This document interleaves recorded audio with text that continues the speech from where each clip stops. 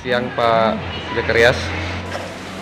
Eh, Seperti yang kita ketahui untuk saat ini di Bengkayang salah satu daerah yang akan mengikuti pilkada secara serentak, dan masih banyak juga daerah lain yang mengikuti proses demokrasi yang sama.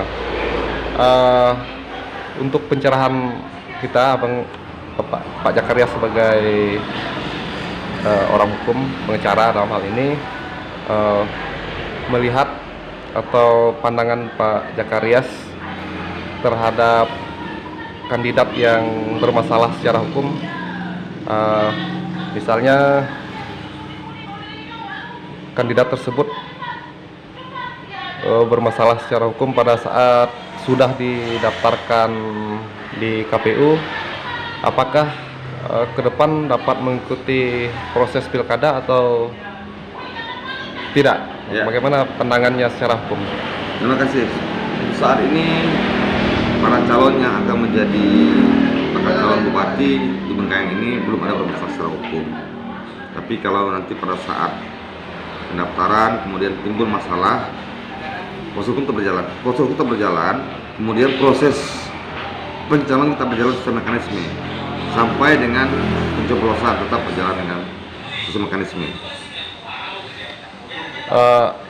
Tidak dibatalkan gitu ya? Sepanjang mereka tidak ditahan, tidak masalah. Kan ini praduga tak bersalah. Jadi mereka punya hak yang sama seperti yang lain, kecuali sudah dijatuhi hukuman dan sudah punya hukum yang pasti. Nah, itu tidak bisa lagi.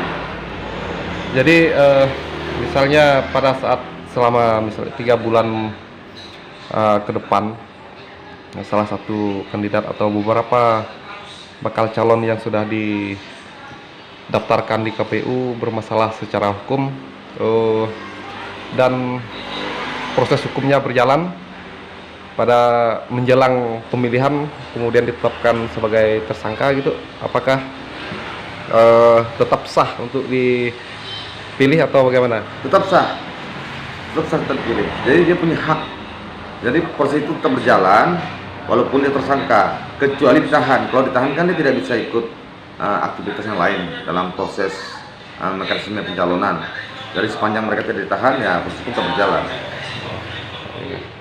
Baik, mungkin ada penjelasan lain lagi? Ya, kita berharap semoga semua kandidat yang ikut calon tidak terlibat dalam proses pidana. Itu harapan kita bersama. Baik, terima kasih Pak Zakarias atas informasi yang disampaikan. Semoga bermanfaat bagi semua orang.